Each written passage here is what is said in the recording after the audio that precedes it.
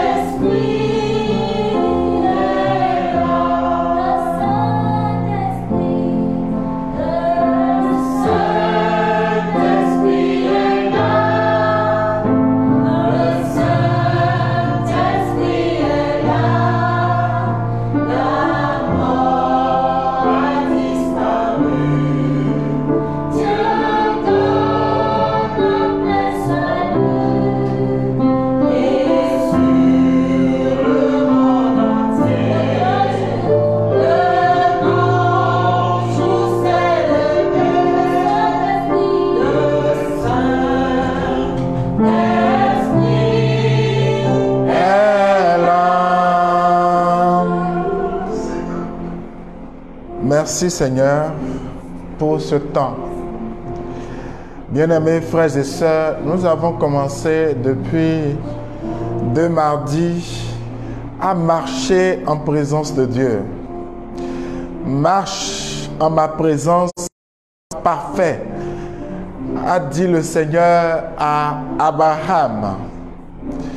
Et le premier mardi, nous avons vu pourquoi il était nécessaire de marcher dans la présence de Dieu. Et le mardi passé, nous sommes revenus sur la conception de la prière.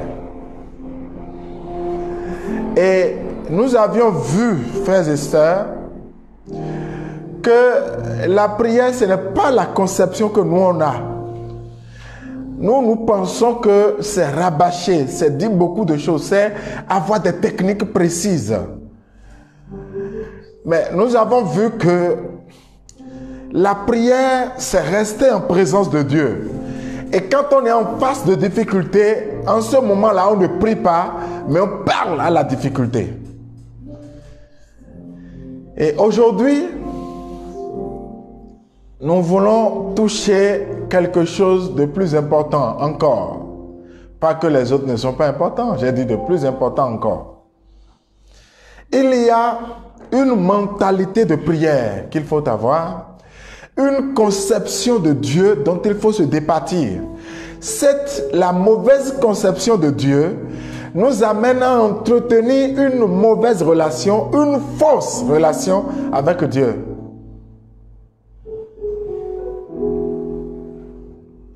Mais on va chanter. Je veux exprimer mon désir.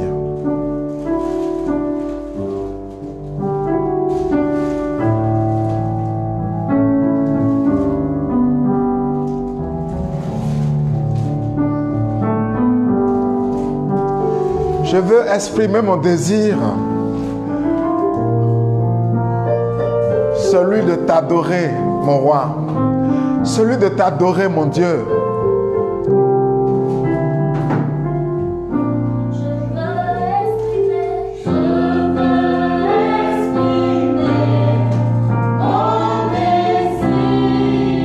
Celui de t'adorer, papa.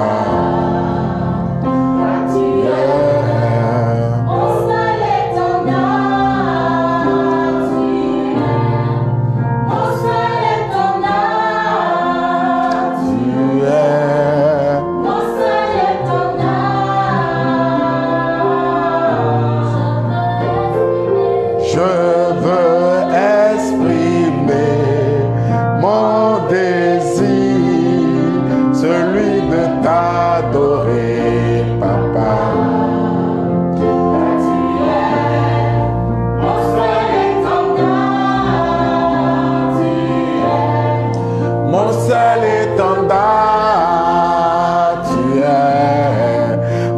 seul étendard.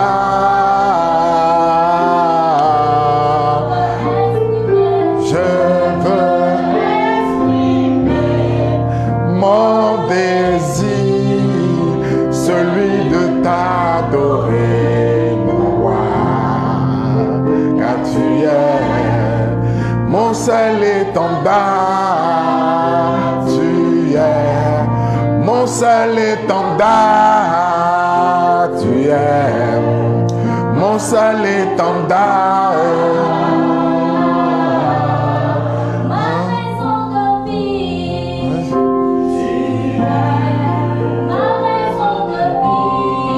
Seigneur, tu es notre raison de vivre.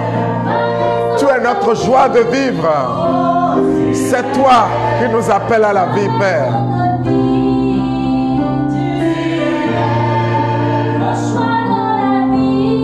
Oh, tu es. Oh,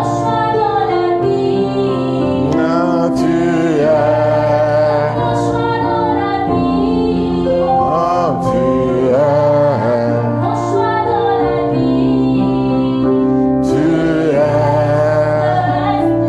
Je veux exprimer mon désir, celui de t'adorer, Papa, car tu es mon seul étendard. Je veux t'adorer, Père. Je veux élever l'adoration vers toi. Oh Père, tu es saint. Mon seul étendard.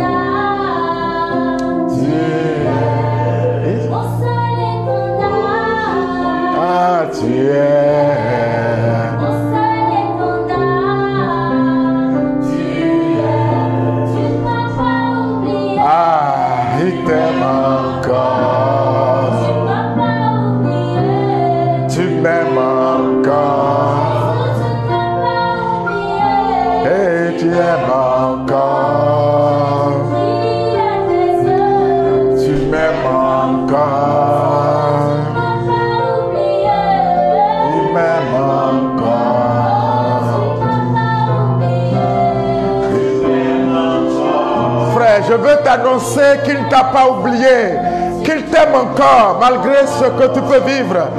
Dieu t'aime encore.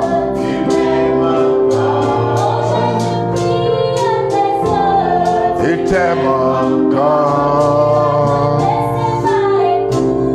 Il t'aime encore.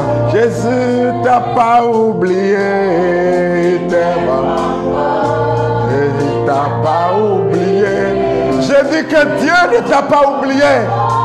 Je ne connais pas la profondeur dans laquelle tu te trouves. Je ne connais pas les problèmes que tu vis. Mais je sais que Dieu ne t'a pas oublié. Parce que Dieu ne peut pas t'oublier. Oh Seigneur, merci parce que tu n'oublies personne. Tu ne nous oublies pas. Tu es là, Seigneur. Et nous voulons contempler ta gloire. Parce que tu es grand. Parce que tu es saint. Il t'aime encore. T'aime encore. Je veux exprimer mon désir, celui de t'adorer, mon roi, car tu es mon seul étendard. Tu es mon seul étendard. Tu es mon seul étendard.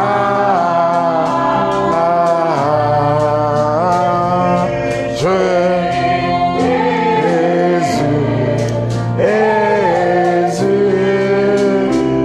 tu as les paroles de la vie, à qui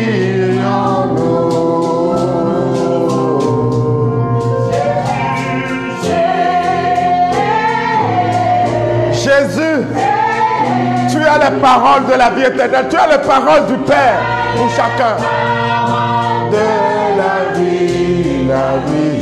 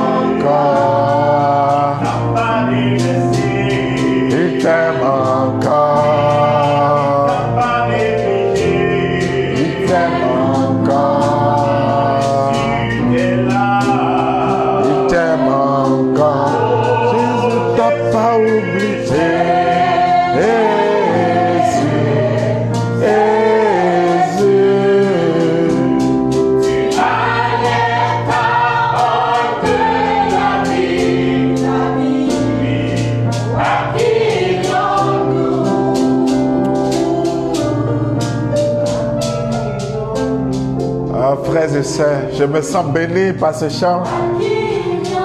Et je peux vous dire que même si j'arrête ici, quelqu'un peut retenir que, quelle que soit la situation que tu vis, tu as peut-être perdu maintenant un être cher. Peut-être que tu es dans des difficultés où tu penses que tu ne peux pas sortir. Je veux t'annoncer que Dieu ne peut pas t'oublier, qu'il t'aime encore. Il t'aime encore et il t'aime toujours. Dieu t'aime, mon frère. Dieu t'aime, ma soeur. Et tu as besoin de cette assurance pour marcher avec lui. Il ne t'a pas oublié. Il t'aime encore. Il ne t'a pas laissé. Il t'aime encore. Dieu ne peut pas oublier. Il ne peut pas laisser. Il ne peut pas abandonner. Parce qu'il est amour. Parce qu'il a tout fait pour toi. Parce qu'il veut encore faire pour toi. Parce qu'il est le Dieu grand et puissant. Crois en lui. Malgré le désert que tu traverses, malgré les échecs que tu connais, je dis que ta vie est encore en lui, parce que lui n'abandonne jamais.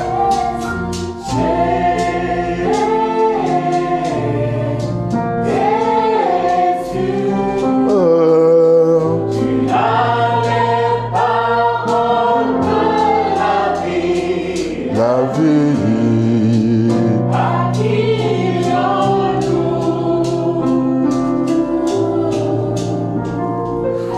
Je veux parler à une femme. Je veux dire à une femme qui est en train de m'écouter que malgré ton âge avancé, malgré que tu penses que tu vas avoir 50 ans, malgré que tu penses que la ménopause s'approche, malgré cela, je veux te dire que Dieu ne t'a pas oublié, qu'il t'aime encore. Parce que lui ne connaît pas d'âge pour réaliser ce qu'il a envie de réaliser. Ce Dieu est grand. C'est de lui que je veux te parler. Le Dieu révélé par Jésus-Christ. Je dis que ce Dieu est grand. Et je veux me réjouir pour ta vie. Je veux me réjouir pour toi. Parce que tu crois que le temps s'en va. Que rien ne se montre. Que rien ne se fait. Je veux te dire aujourd'hui, il ne t'a pas oublié. Il t'aime encore. Merci Seigneur pour cette personne que tu rejoins. Merci Seigneur pour ces personnes que tu rejoins. Je parle à une personne qui est au bord du suicide. Une personne qui pense que sa vie ne vaut plus rien. Une personne qui pense que sa vie ne sert plus à rien. Je suis en train de te parler. Je te dis non. Dieu ne t'a pas oublié. Je te dis que ce n'est pas fini. La main de Dieu est sur ta vie et tu ne mourras pas. Tu penses que tu vas mourir et ça va passer. Non. Dieu t'aime encore. Je veux parler à une personne qui est en train de pleurer. De pleurer. Et de se demander, mais si Dieu m'aime, si Dieu m'aime, pourquoi ma vie est ainsi? Pourquoi les choses ne vont pas comme je les veux?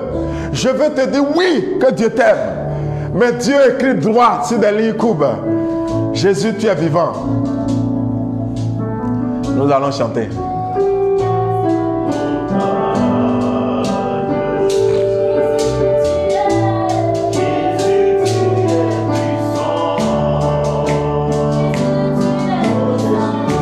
Jésus, tu es vivant. Le vainqueur de la mort. Tu déplaces les montagnes.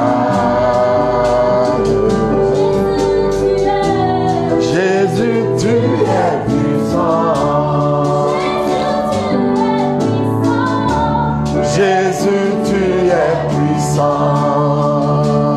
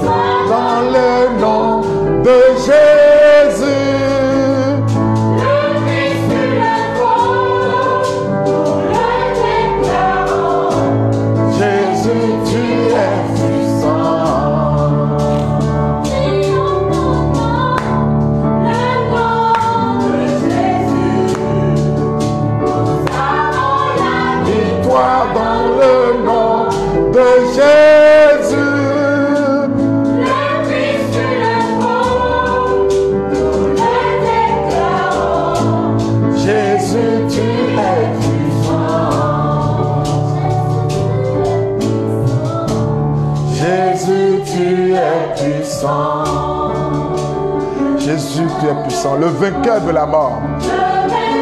Le vainqueur de la mort, le vainqueur de la maladie. Oh, tu déplaces les montagnes, Seigneur. Tu es vraiment le vainqueur, Seigneur.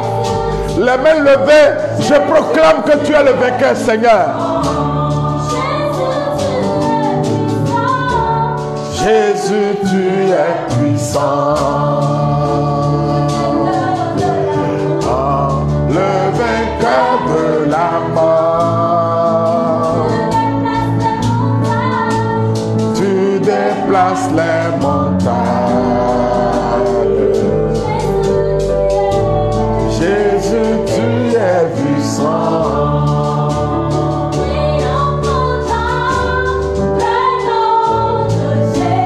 Triomphons dans le nom de Jésus. Parce que nous avons la victoire dans le nom de Jésus.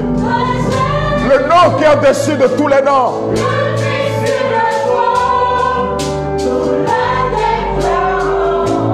Jésus, tu es puissant.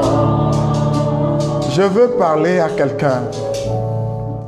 Je veux dire à quelqu'un qui souffre d'une maladie incurable. Je peux te dire que pour les hommes, oui, c'est incurable. Mais pour Dieu, aucune maladie n'est incurable. Je veux te dire que nous triomphons dans le nom de Jésus et nous sommes installés dans la victoire de Jésus-Christ. C'est pourquoi tout devient possible. Je veux t'appeler à la foi, à l'espérance. Je veux t'appeler à te mettre debout dans la foi. Je veux t'appeler à te lever et à proclamer que vraiment Jésus est puissant. Il déplace les montagnes.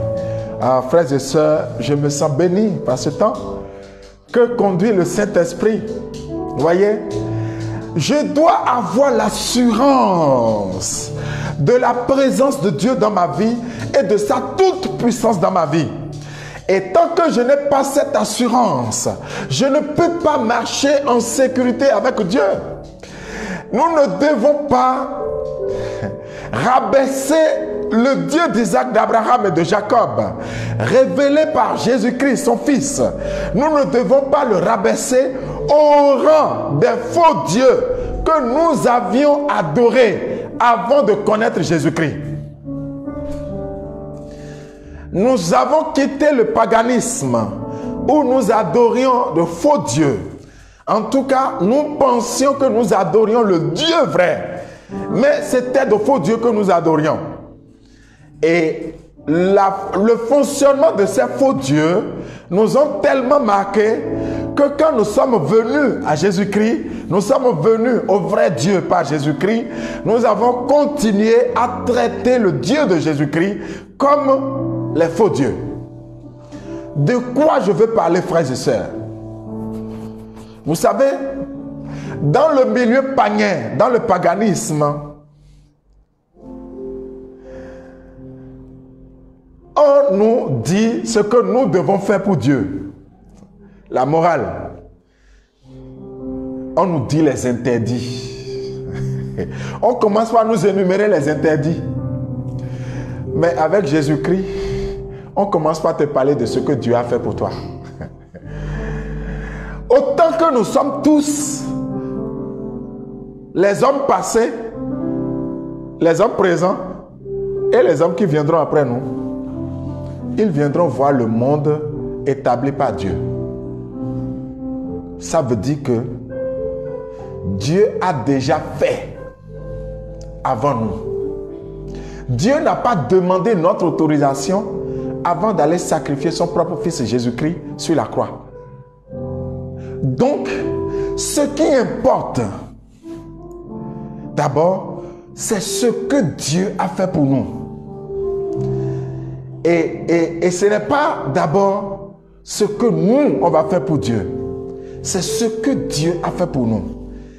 Et quand on a rencontré ce que Dieu a fait pour nous, oh frères et sœurs, nous pouvons marcher maintenant pour répondre à cet appel de Dieu. La foi est une réponse à la appel de Dieu. C'est une réponse à ce que Dieu a fait pour nous.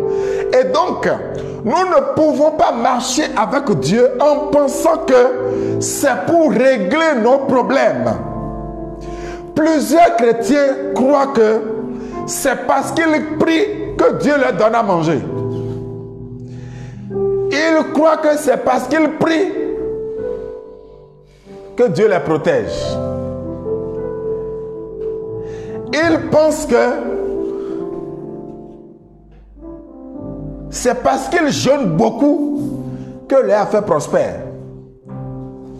Je n'ai pas dit qu'il ne faut pas jeûner. Je vous recommande d'ailleurs de jeûner. Parce que Jésus a dit, jeûnez et priez pour ne pas entrer en tentation. Quand il était à Gethsémani, au jardin de Gethsémani avec les apôtres, il a dit, veillez et priez. Veiller, ça passe aussi par jeûner. Et il y a des types de démons qui ne peuvent partir que par le jeûne et la prière. Donc je ne suis pas contre le jeûne. Mais je ne dois pas concevoir que c'est mon jeûne qui amène Dieu à me donner. C'est grave.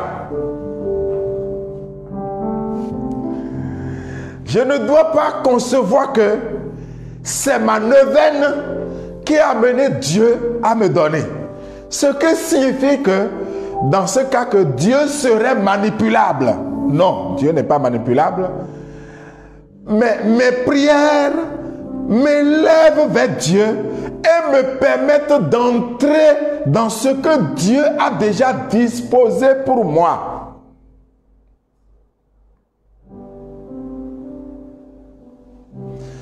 Il y a plein de personnes qui ne connaissent pas Dieu, mais qui sont protégées par Dieu. Frères et sœurs bien-aimés, j'ai fait 11 mois dans le ventre de ma mère. L'histoire m'a raconté ça. Il paraît que je ne devrais pas naître. Il paraît qu'on n'espérait plus que je sois un enfant normal. Mais je ne priais pas. Ah, vous voulez demander si mes parents priaient? Non. Mes parents ne priaient pas, ils ne connaissaient pas Jésus. Ils ne connaissaient pas Jésus. Mais Dieu a mis sa main sur moi et m'a sauvé à plusieurs occasions. Je me rappelle que quand j'étais au CM1, j'avais été envoyé au marché Wando. C'est un marché de la capitale de Porto Novo, du Bénin, Porto Novo.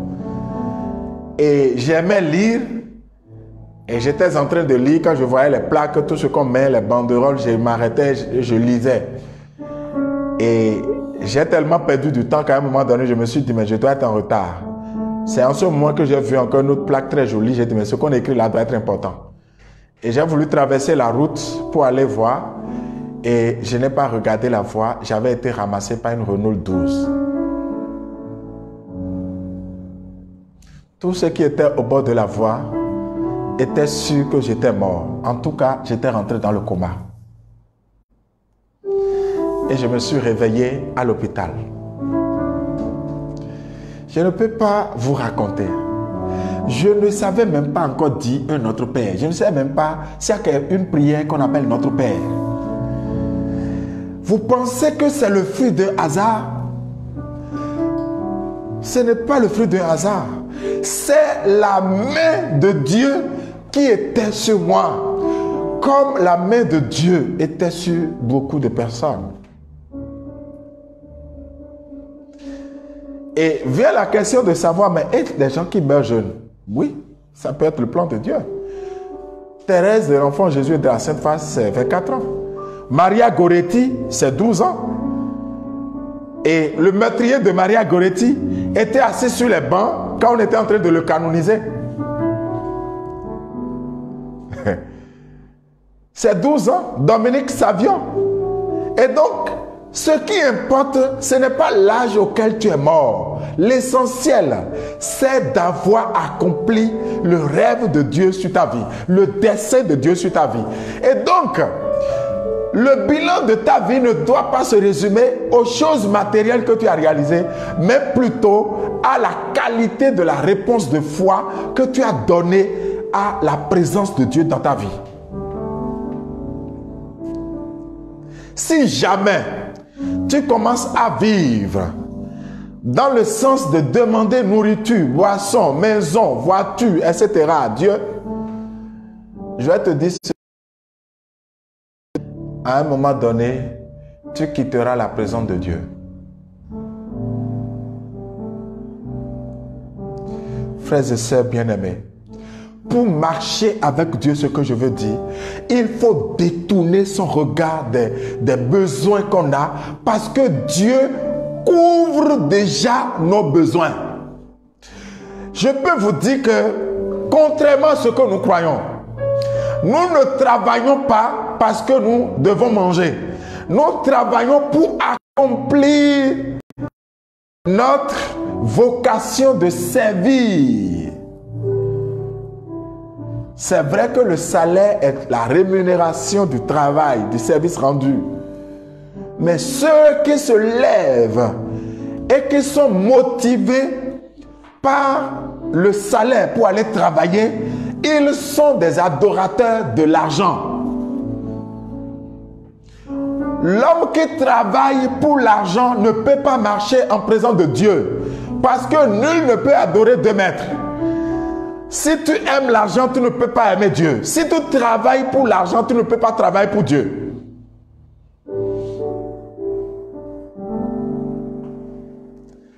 Si tu te lèves pour aller au marché, alors que tu es vendeur, pense au bien que tu veux faire à ces hommes et à ces femmes qui ont besoin de toi. Quand tu veux aller au bureau, pense aux nombreux usagers que Dieu va t'envoyer. D'ailleurs, je te recommande une prière simple. Tous les jours que tu sors de chez toi pour aller travailler, dis à Dieu, fais de moi un instrument de bénédiction pour les gens que je vais rencontrer aujourd'hui. Et donc, sois préoccupé par le fait d'être une bénédiction pour les autres. Dieu a dit à Abraham, tu seras une bénédiction pour toutes les nations. Tu dois sortir de chez toi dans le souci d'être une bénédiction. C'est dans ce sens que ton travail devient prière et même en travaillant, tu vis en présence de Dieu. Mais si ton souci, c'est de maximiser l'argent, c'est d'ailleurs pour ça que tu te bats pour avoir des postes plus grands, pour être positionné. Mais celui dans la présence de qui tu marches, c'est l'argent. C'est le Dieu de l'argent, il s'appelle Mammon. Tu dois vivre dans l'assurance que Dieu prend soin de toi. Tu dois être convaincu. Tu dois proclamer que tu sais que Dieu prend soin de toi. Dieu s'occupe de tes besoins. C'est parce que tu crois ça que tu es débarrassé du manteau de Bartimée. L'Afrique et le Bénin, nous devons nous débarrasser du manteau de Bartimée. Le manteau qui vit au crochet et aux dépens des autres, en mendiant tout le temps, en disant donne-moi, j'ai encore des problèmes, en faisant pitié, en faisant des choses pour faire pitié, pour attirer l'attention des autres et parfois pour escroquer. Nous devons jeter le manteau de Bartimée. Parce que malheureusement, en portant le manteau de Bartimée, tu viens mendier chez ton propre papa. Pourquoi? Mais ton papa, c'est celui qui doit prendre soin de toi, c'est celui qui s'occupe de tes besoins. Tu ne peux pas mendier chez ton propre père, parce que lui a le devoir de s'occuper de tes besoins. Je veux demander à Dieu, notre Père, qui est si grand, lui qui a ce dont l'homme a besoin avant de faire l'homme, qu'il a créé le monde et il a établi l'homme sur toutes choses. Et le psalmiste au psaume 8 dit, qui donc est l'homme pour que tu l'aies établi sur toutes choses? Tu as mis toutes choses à ses pieds. Dieu a tout mis dans les mains de l'homme. Je veux demander à ce Dieu dont je vous parle, de vous bénir, vous qui m'écoutez. Vous qui vous demandez pourquoi, que sa grâce soit sur vous. Que sa main soit sur vous. Vous qui ne connaissez plus le chemin, que la main de Dieu ouvre le chemin. Qu'il vous fasse le chemin comme il en a fait pour Abraham. Il dit, mets-toi en route, je te montrerai le chemin. Dieu marche avec toi pour te montrer le chemin. Parce que il est Père. Frères et sœurs, bien-aimés de Dieu, si tu veux aller prier, ne dure pas sur tes problèmes. Dépose tes problèmes en 1 minute et adore Dieu.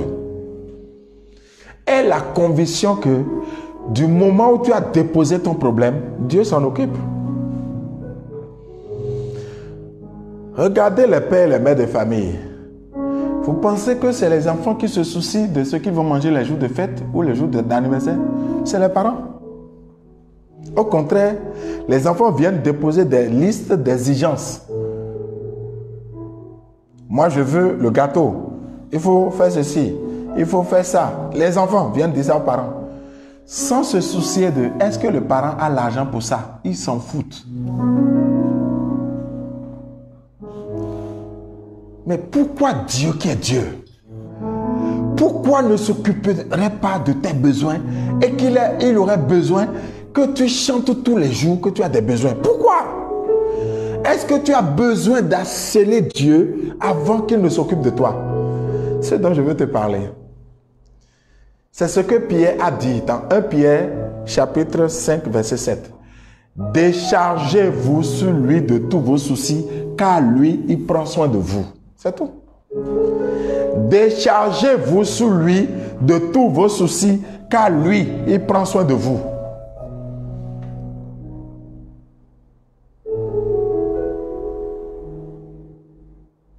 Personne ne peut marcher dans la présence de Dieu s'il est accablé par ses propres soucis, par ses propres difficultés.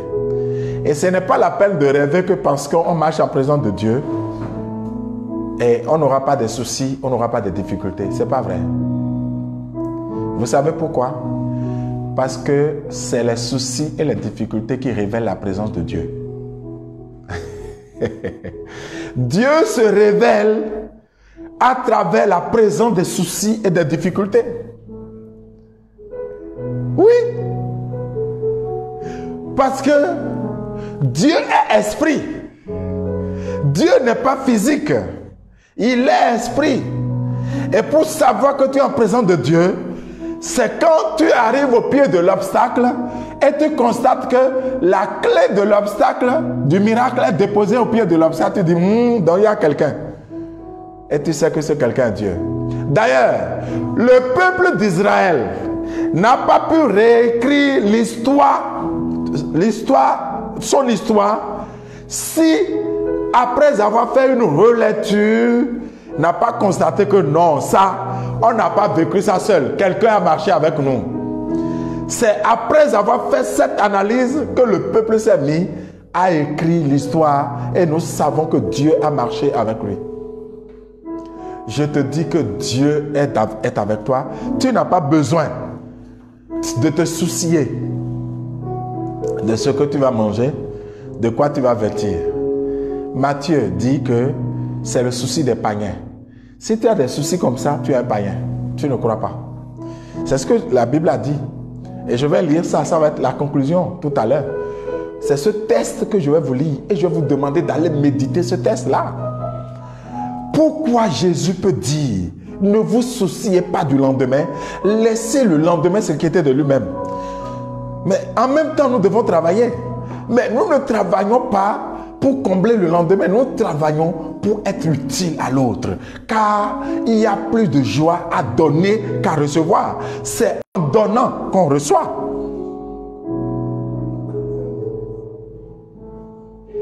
Tu dois être convaincu, si tu marches avec Dieu, que Dieu s'occupe de tes besoins. Même si dans la réalité tu as des besoins, tu dois croire que Dieu s'en occupe. Au point de ne pas mettre ton attention sur tes besoins, mais de fixer ton attention sur Dieu.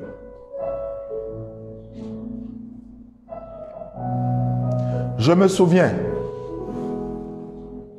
que quand j'étais encore jeune, CE1, CE2, une nuit, j'ai réveillé mes oncles pour qu'ils m'accompagnent faire les besoins. Vous savez, je vous parle des années loin, loin, loin là-bas. Et il n'y avait pas de toilette fermée comme aujourd'hui. Et vous avez une maison, et devant la maison, il y a une brousse. Et donc, vous sortez, et vous allez. Et je sors, et sur la cour de la maison, il y avait un monsieur.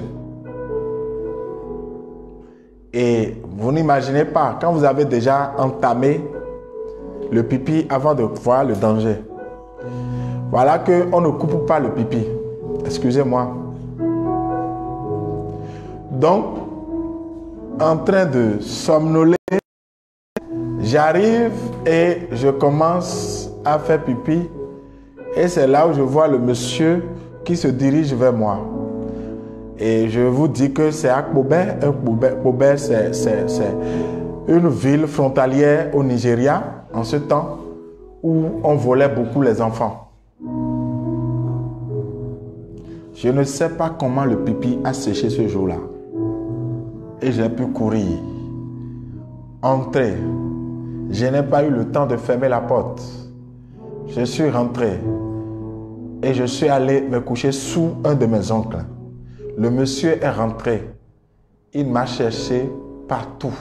Mes oncles, malgré le bruit, personne ne se réveillait. Il m'a cherché partout dans la chambre. J'étais sûr que ce jour, c'était fini. Mais Dieu avait fermé les yeux. Il ne m'a pas retrouvé. Il ne m'a pas retrouvé. Je vous parle de choses concrètes. Je n'étais pas chrétien. Je n'avais même pas commencé à aller à la messe. Personne n'y allait chez moi. Et pourtant, Dieu a fait ça. Ce monsieur m'aurait volé, parti. Et j'aurais disparu et les gens auraient dit, mais il a dormi avec nous, on l'a vu se coucher, qu'est-ce qui s'est passé? Le monsieur m'a cherché, j'étais là. Il me regarde comme ça, mais il ne me voyait pas. C'est pourquoi je veux te dire quelque chose. Abandonne ta vie si tu veux marcher avec Dieu. Tu dois abandonner toute crainte. Tu dois, lorsque les craintes montent en toi, les déposer devant Dieu. Mais plutôt te concentrer sur qui est Dieu. Voici la voie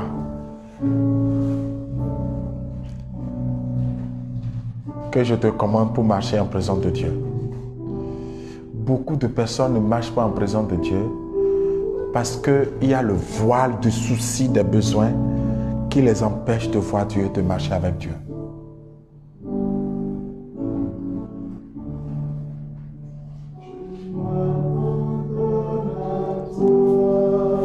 Je m'abandonne à toi, ô Seigneur.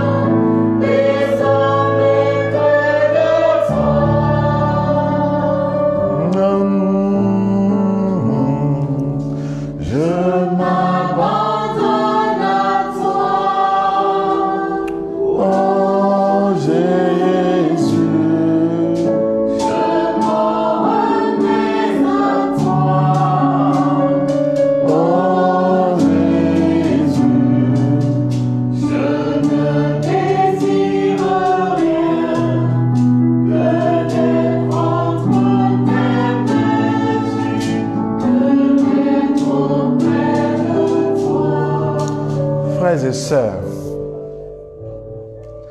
même le mariage est une entreprise de Dieu. C'est une mission que Dieu te confie.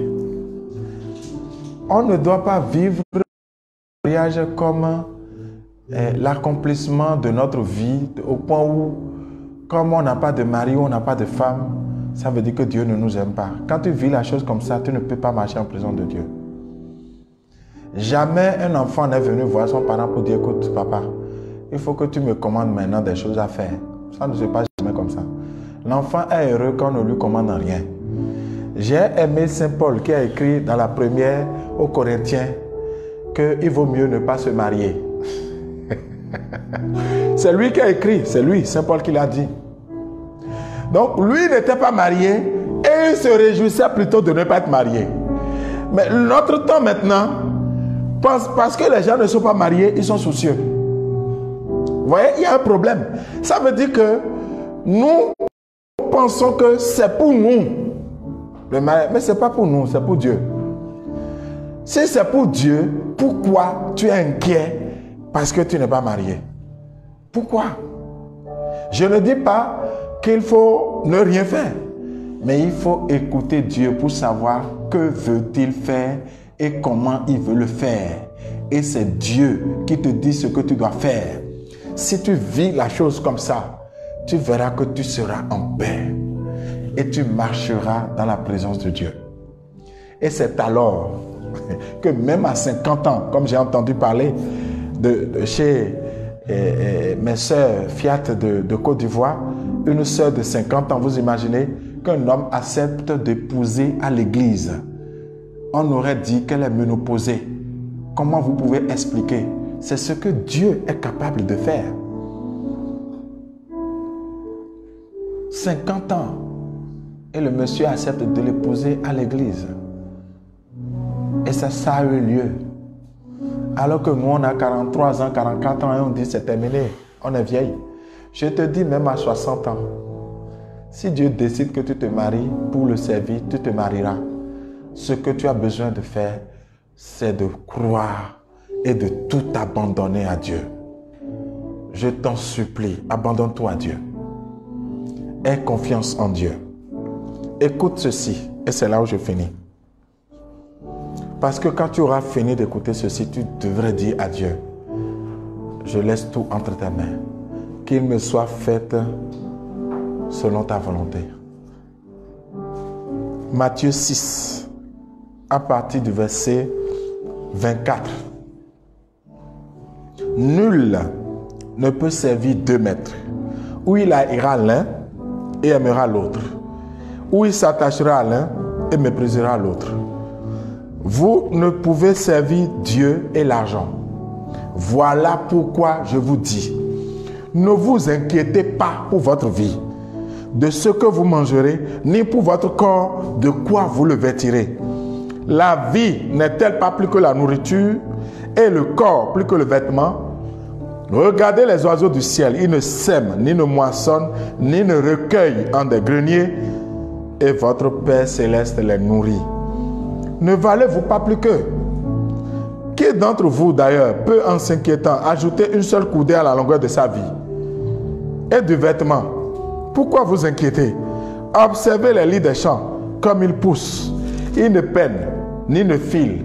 Or, je vous dis que Salomon lui-même, dans toute sa gloire, n'a pas été vêtu comme l'un d'eux.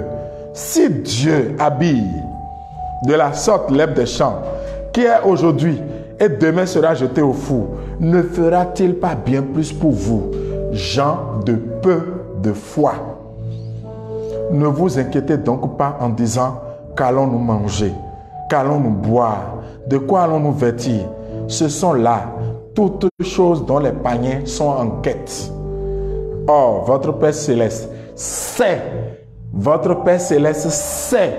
que vous avez besoin de tout cela.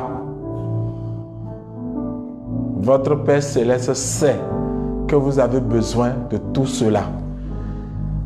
Vous avez besoin alors de ne pas vous inquiéter si vous devez marcher dans la présence de Dieu. Frères et sœurs bien-aimés, baissons la tête un moment.